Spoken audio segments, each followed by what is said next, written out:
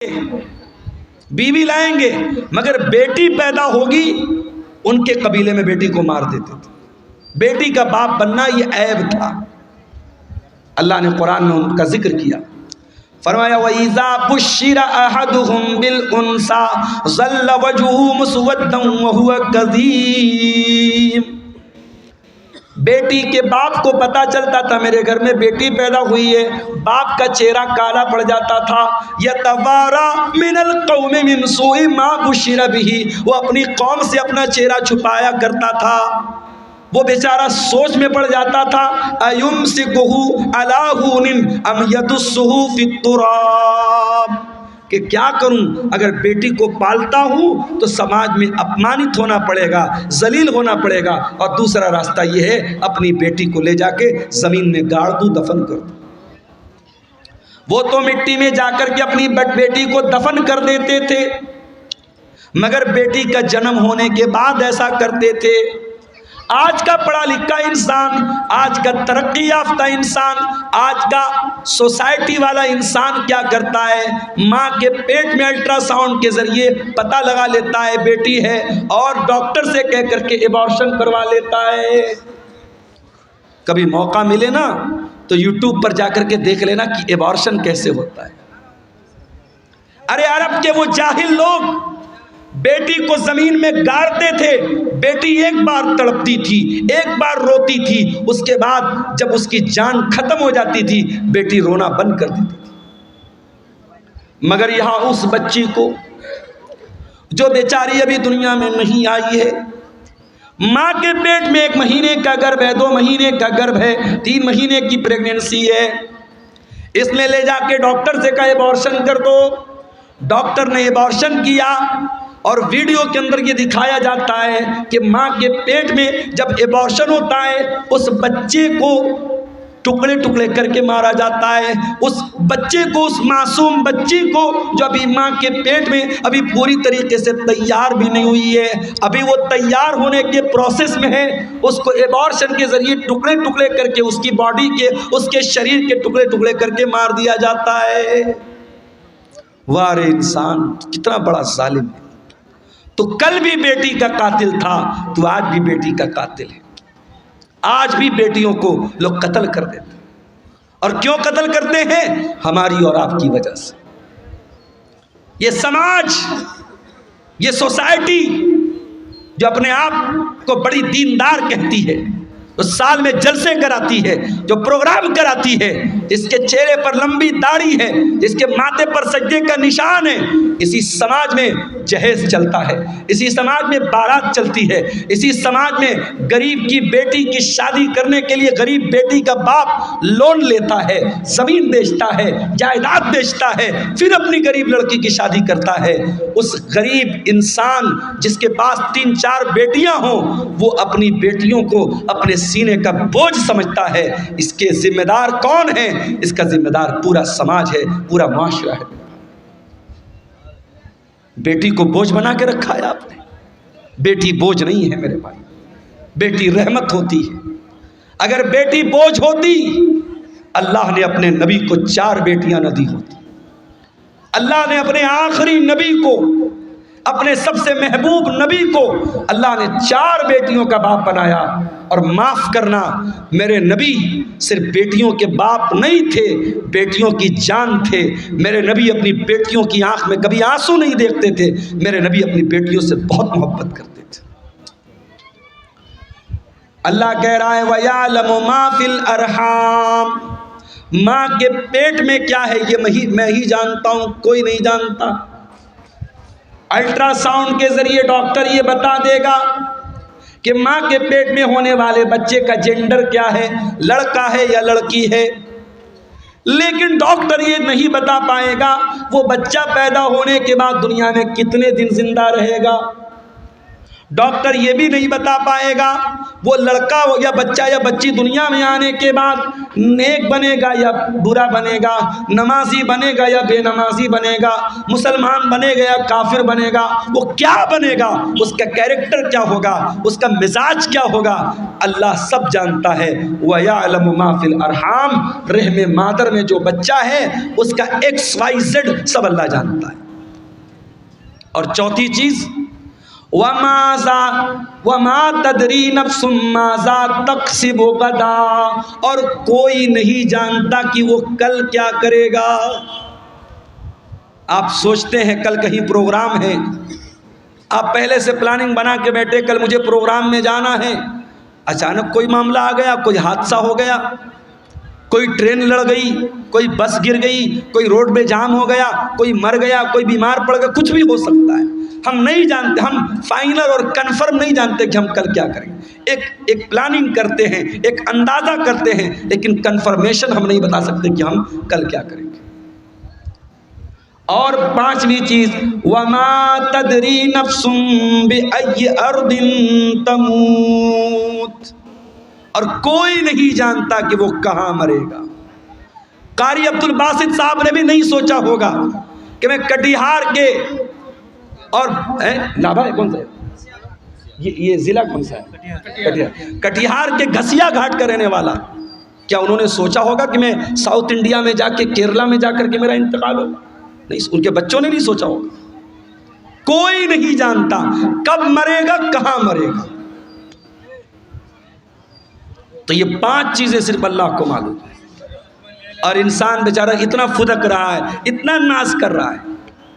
अरे तुझे मौत आएगी, और ये मौत जब आएगी तेरी औकात तुझको बता देगी। तुझे अपने शरीर पे बड़ा नाज है, अपनी दौलत पे बड़ा गुरूर है, ये बड़े बड़े बादशाह, ये बड़े बड़े मिनिस्टर, ये बड़े बड़े राजा, ये बड़े बड़े जालिम, मौत तो इनको भी आएगी। और इसी देश में हमने देखा, इसी मुल्क में हमने देखा, देश को दंगों की आग में झोंकने वाले, देश में हजारों लोगों के कातिल, हजारों लोगों को मारने वाले, हजारों लोगों के खून की होली खेलने वाले, मौत उनको भी आई है मेरे भाई। और ऐसी मौत आई है, दुनिया ने तमाशा देखा है, बहुत बुरी मौत आई है मेरे अजीज़ों। मौत इंसान को आएगी, कुल्लु नफ्सिन ज़ाइक़तुल मौत, हर इंसान को मरना है, हर जानदार को मरना है। अभी मैं एक न्यूज़ देख रहा था, अमेरिका में एक लेबोरेटरी बनाई जा रही है, एक प्रयोगशाला, और वहाँ इंसान की बॉडी को रखा जा रहा है, और एक बॉडी को रखने पर कई करोड़ रुपए खर्च आ रहे हैं। और इंसान बॉडी को रख करके क्या प्लानिंग कर रहा है, दोबारा इस मुर्दा को हम जिंदा कैसे करें, इस पर वहाँ रिसर्च हो रही है। बहुत सारे लोग पैसा खर्च करके अपनी बॉडी को उसमें प्रिजर्व करवा रहे हैं, और इस पर रिसर्च चल रही कि कैसे मुर्दा इंसान को जिंदा किया जाए। क्या ये पॉसिबल है? कुरान कहता है ये पॉसिबल नहीं है। कुरान करीम उठाओ, सूरह वाक़िया के अंदर अल्लाह फरमाता है, फलौला इदा बलगतिल हुल्क़ूम व अंतुम हीनइज़िन तंज़ुरून। मेरे बंदो, जब तुम्हारी मौत का टाइम आएगा, जब तुम्हारी जान हलक तक पहुंच जाएगी, और तुम देखोगे मरने वाले के जो करीबी रिश्तेदार हैं वो पास में बैठे हुए हैं, और उनके सामने इंसान को मौत आएगी। कभी आपने किसी को मरते हुए देखा है? इत्तेफाक से मेरे नाना का जब इंतकाल हुआ तो मैं वहाँ पे था। जैसे ही इंसान का इंतकाल होता है, इंसान की आंखें ऊपर उड़ जाती हैं, क्योंकि रूह जो होती है ना, जब फरिश्ता लेके जाता है तो इंसान की आंखें फटी की फटी रह जाती है, और अगर मुंह खुला है तो मुंह खुला का खुला रह जाता है। मरने वाले को तुम देख रहे हो कि वो मर रहा है। वनहनु अक़रबु इलैहि मिनकुम वलाकिन ला तुबसिरून। माँ का इंतकाल हो रहा है, बच्चे बगल में बैठे हैं, बाप का इंतकाल हो रहा है, बेटे बगल में बैठे हैं, बेटों को ये लग रहा है कि बाप से सबसे ज़्यादा करीब हम हैं, बेटी को ये लग रहा है माँ से सबसे ज़्यादा करीब हम हैं। अल्लाह कहता है वनहनु अक़रबु इलैहि मिनकुम वलाकिन ला तुबसिरून, मरने वाले से सबसे ज़्यादा करीब हम हैं। फलौला इन कुंतुम गैर मदीनीन तरजिऊनहा इन कुंतुम सादिकीन। ऐ मेरे बंदो, अगर तुमको ये लगता है कि कोई अल्लाह नहीं है, कोई रब नहीं है, कोई मौत देने वाला नहीं है और तुम किसी के अंडर में नहीं हो, तुम किसी के पावर में नहीं हो, तो ज़रा मरने वाले को दोबारा ज़िंदा करके दिखा दो, ज़रा रूह को वापस डाल के दिखा दो। नहीं कर सकते, मुर्दा ज़िंदा नहीं हो सकता मेरे भाई। जो मर गया वो मर गया, अब मरने के बाद दोबारा उसके अंदर जान नहीं डाल सकते। ये है मौत। और कभी गौर करना, मौत हमारी बेबसी बताती है। जब हमारा इंतकाल होता है ना, दुनिया में मैं आपके सामने आया हूँ कुर्ता पायजामा सदरी पहन के आया हूँ, मरेंगे तो क्या पहनेंगे? कफन पहनेंगे। दुनिया में नहाने जाएंगे, कोई लक्स से नहा रहा है, कोई लाइफ बॉय से नहा रहा है, कोई सिंथॉल से नहा रहा है, कोई अलग अलग ब्रांड के साबुन इस्तेमाल कर रहे हैं। जाड़े का मौसम है, हम गर्म पानी करके नहा रहे हैं। घरों में जो पैसे वाले लोग हैं गीजर लगवाते हैं, गर्मी का मौसम है ठंडे पानी से नहाते हैं। मर गया बेचारा, कुछ नहीं बोलता। गर्म से नहलाओ, ठंडे से नहलाओ, साबुन के साथ नहलाओ, बिना साबुन के नहलाओ, कुछ नहीं बोल सकता। दुनिया में नहाता था, अपना अलग एटीट्यूड था, आधा आधा घंटे तक नहाता रहता था। चेहरे के लिए अलग फेस वॉश था, बॉडी के लिए अलग बॉडी वॉश था, बालों के लिए अलग शैम्पू था। लेकिन आज मरने के बाद आज इतना बेबस है इंसान, दूसरे उसको नहला रहे हैं, उसके रिश्तेदार उसको नहला रहे हैं। वो बेचारा ये कहने की ताकत भी नहीं रखता कि मैं तो लक्स से नहाया करता था, तुम मुझे बैर की पत्तियों से क्यों नहला रहे हो? मैं तो फला साबुन से नहाया करता था, मेरा फेवरेट साबुन कहाँ है, मेरा शैम्पू कहाँ है, मेरा बॉडी वॉश कहाँ है, मेरा फेस वॉश कहाँ है? वो बेचारा ये कहने की ताकत भी नहीं रखता कि मैं तो दुनिया में पानी हमेशा गर्म करके नहाया करता था, तुम मुझे ठंडे पानी से क्यों नहला रहे हो? दुनिया में नहाता था, बाथरूम में पैक होकर के नहाता था, आज उसके नहलाने वाले, उसके घर वाले उसको नहला रहे हैं, उसके बदन का कपड़ा भी नहीं उतर रहा है, कैंची से उसका कुर्ता काटा जा रहा है, कैंची से उसकी बनियान को काटा जा रहा है, उसका तहबंद उतारा जा रहा है, उसका अंडरवियर उतारा जा रहा है। आज उसकी शर्मगाह को दूसरे लोग खोल करके नहला रहे हैं। अल्लाह अकबर, कितनी बेबसी है मेरे भाई। नहला दिया गया, अब कफन का नंबर आया। इस्लाम की तालीम देखो, अमीर आदमी को भी वही कफन देना है, गरीब को भी वही कफन देना है, वही सूती कपड़ा है, वही सफ़ेद चादर है। दुनिया में बहुत रंगीन रंगीन पहन करके चला करता था, ब्रांडेड कपड़े पहना करता था, महंगे कपड़े पहना करता था। आज मरने के बाद उसी सूती चादर में, उसी सूती चादर में तुझको कफनाया जा रहा है, उसी सूती कफन में तुझको कफनाया जा रहा है। कफना दिया गया। अब उसके बाद कब्रिस्तान लेके जाना है। अगर कब्रिस्तान करीब में है, जनाजे की चारपाई पे लाश को रखा गया, चारपाई को 4 लोगों ने कंधे पर उठाया, लेके कब्रिस्तान पहुंचे। इतना बेबस है इंसान, मरने के बाद हिल नहीं सकता। उसकी बॉडी को 4 लोग मिल करके जनाजे पर उठा करके लेके कब्रिस्तान जा रहे। कब्रिस्तान लेके जाया गया, वहाँ पहले से कब्र को खोद करके रेडी किया गया है। जनाजे को कब्र में उतारा गया, मिट्टी डाली गई, कब्र तैयार हो गई। घर वालों ने खड़े होकर के मग़फ़िरत की दुआ कर दी, आसानी की दुआ कर दी। फिर उसके बाद मिट्टी, हाथ से अपने मिट्टी झाड़ करके घर वाले वापस चले गए। ऐ इंसान, तू कितना गाफिल, तू क्या क्या हरकतें करता है। इस कब्र में न तेरा बाप तेरे साथ आया, न तेरे बच्चे तेरे साथ आए, न तेरी बीवी तेरे साथ आई, न तेरा माल तेरे साथ आया, न ज़मीन तेरे साथ आई, न जायदाद तेरे साथ आई। कुल्लु नफ्सिन ज़ाइक़तुल मौत, हर नफ्स को मौत का मजा चखा। अल्लाह अपने नबी से कुरान में कहता है वमा जअलना लिबशरिम मिन क़ब्लिकल खुल्द अफ़इन मित्ता फ़हुमुल ख़ालिदून।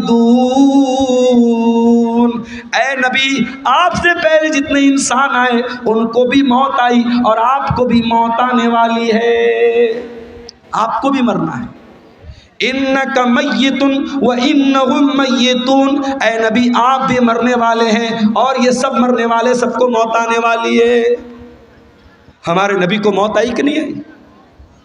आइए ज़रा सा नबी की वफ़ात का नक्शा आपके सामने खींचते हैं।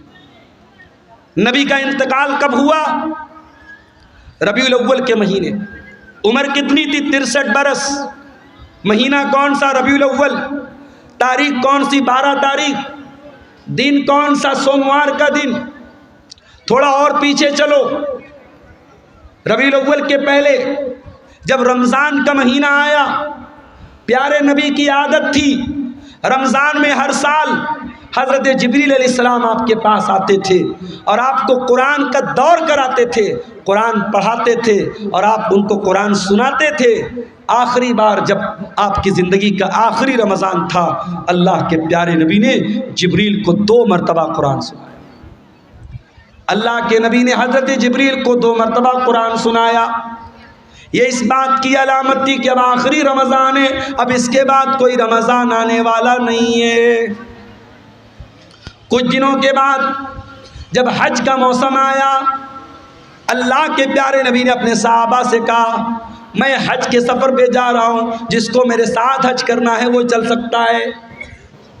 सहाबा इकराम अपने नबी के साथ हज के सफ़र पे निकले। 1 लाख से ज़्यादा सहाबा हज के इस सफ़र में अपने नबी के साथ हैं और उस हज के दौरान अल्लाह के प्यारे नबी बार बार अपने सहाबा से कह रहे हैं खुज़ू अन्नी मनासिककुम, खुज़ू अन्नी मनासिककुम।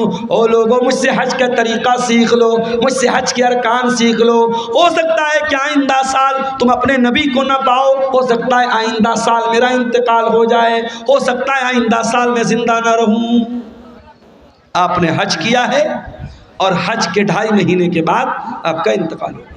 ज़िलहिज्जा, मुहर्रम, सफ़र, रबीउल अव्वल। ज़िलहिज्जा में आपने हज किया है, रबीउल अव्वल में आपका इंतकाल हुआ। इंतकाल से पहले आपने हज़रत मुआज़ इब्न जबल रज़ी अल्लाह तआला अन्हु को यमन भेजा था। इस्लाम का दाई बनाकर, इस्लाम का मुबल्लिग बनाकर आपने यमन भेजा था। आज हमारा नौजवान दिवाली का त्यौहार आता है, बड़े शौक़ से मिठाई खाता है। मैं इस मसले को नहीं छेड़ रहा हूँ कि दिवाली की मिठाई खाना जायज़ है या ना जायज़ है, उस मसले को छोड़ दो। लेकिन आज हालात क्या है? आज बिहार के बहुत सारे मुसलमान दिवाली का त्यौहार मना रहे हैं, उनके घरों पर भी दिए जल रहे हैं।